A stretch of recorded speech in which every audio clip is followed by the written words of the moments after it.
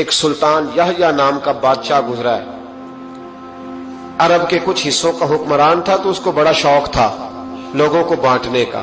دو قسم کے لوگ ہوتے ہیں نا, کچھ کو جمع کرنے کا شوق ہوتا ہے, کچھ کو شوق ہوتا ہے کوئی روٹی کھا لے.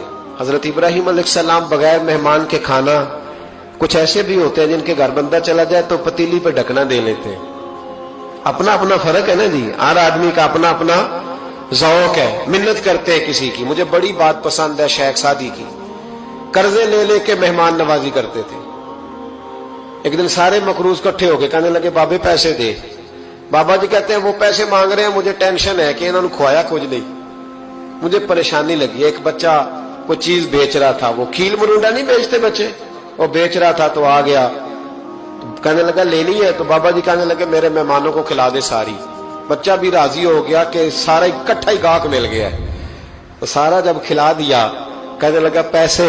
تو شیخ سعدی فرمانے لگے تو بھی بیٹھ جا, یہ سارے پیسے لینے آئے ہوئے ہیں, بیٹھ جا, ان کے پیسے انہیں ملیں گے تو تجھے بھی.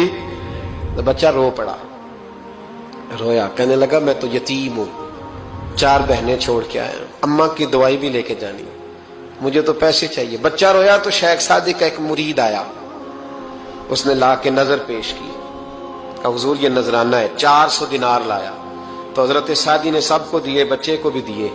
سب لوگ چلے گئے تو ان قرض لینے والوں میں سے ایک بندہ سمجھدار تھا, حضرت سعدی کے پاس آ کے کہنے لگا بابا سمجھ نہیں آئی, ہم برسوں سے لینے آ رہے تھے, مل نہیں رہے تھے, کتنے مہینوں سے مانگ رہے ہیں نہیں مل رہے تھے, آج فٹافٹ مل گئے. تو شیخ سعدی بزرگ تھے نا, تو بزرگوں والی بات کر گئے, کہنے لگے تم میں رونے والا کوئی نہیں تھا نا, پوری مجلس میں ایک بھی رونے والا ہو تو سب کا کام بن جاتا ہے.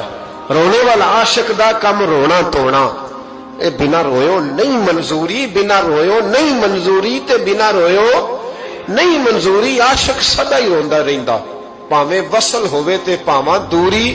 کا رونے والا ایک آ گیا ہے تو سب کا کام بن گیا ہے.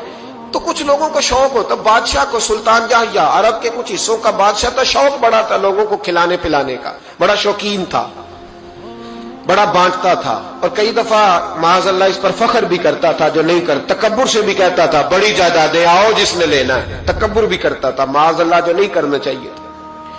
ایک دن جامع مسجد کے باہر کھڑے ہو کے نا بانٹنے لگا. کوئی فقیر آیا تو ایک مٹھی بھر کے اشرفیاں دے دی, کسی کو سونا دے دیا, کسی کو چاندی دے دی. ایک درویش بابا جی کونے میں بیٹھے ہوئے, اسی کسی دے کچھ بھی نہیں لگ دے, کوئی ضرورت نہیں, کونے میں بیٹھے. آپ یقین کریں, آپ تھوڑا سا رخ ادھر کریں, دنیا پیچھے پیچھے ہو جاتی ہے. اگر آپ پیچھے بھاگیں گے تو آگے دوڑ کے بھاگیں گے. یہ مزاج ہے قوم کا, کسی کا حال پوچھ لیں وہ بگڑ جاتا ہے, کہتا ہے مجھ سے کوئی کام ہوگا تبھی تو پوچھا ہے. اور آپ چپ کر جائیں, خاموش ہو جائے, یہ بھی بڑی مصیبت ہے. کہ پیار کر لیں تو اس کا بھی نقصان دیکھنے میں آتا ہے, کہتے ہیں پتہ نہیں میرے اندر کیا لالچ ہے, کیا خوبی ہے جس وجہ سے مجھ سے اتنی محبت ہو رہی ہے. وہ بابا جی کونے میں توجہ ہی نہیں کی. جب توجہ نہ کی تو سلطان کی توجہ خود بخود ہو گئی. سلطان یحییٰ کہنے لگے بابا کوئی قابل توجہ آدمی ہے, سب لوگ لائنوں میں لگے ہوئے بھاگ رہے ہیں, بادشاہ آیا ہے. یہاں تو شادی پہ کھانا کھل جائے تو بڑے بڑے امیروں کا پتہ چل جاتا ہے کہ بننے کیا لگا ہے. کہتے پتہ نہیں دوبارہ چھوٹے گوشت کی ٹرے آئے گی کہ نہیں آئے گی, اور اتنا سارا رکھ لیتے ہیں کہ المان والحفیظ. بڑے بڑے امیروں کے پول کھل جاتے ہیں, پتہ چلتا ہے کتنے تگڑے امیر ہیں. تو جب اس نے کہا شرفیاں, سونے, ہیرے, جواہرات, تو جو نہیں تھے فقیر وہ بھی لائنوں میں لگ گئے. لیکن وہ فقیر پھٹے پرانے کپڑے, سانو تخت ہزارے دی لوڑ کیے, نالے کی لگے شہر بمول دے نال, اسی اپنی بال کے سیکھنے, سانو کی لگے کسی اور دے نال.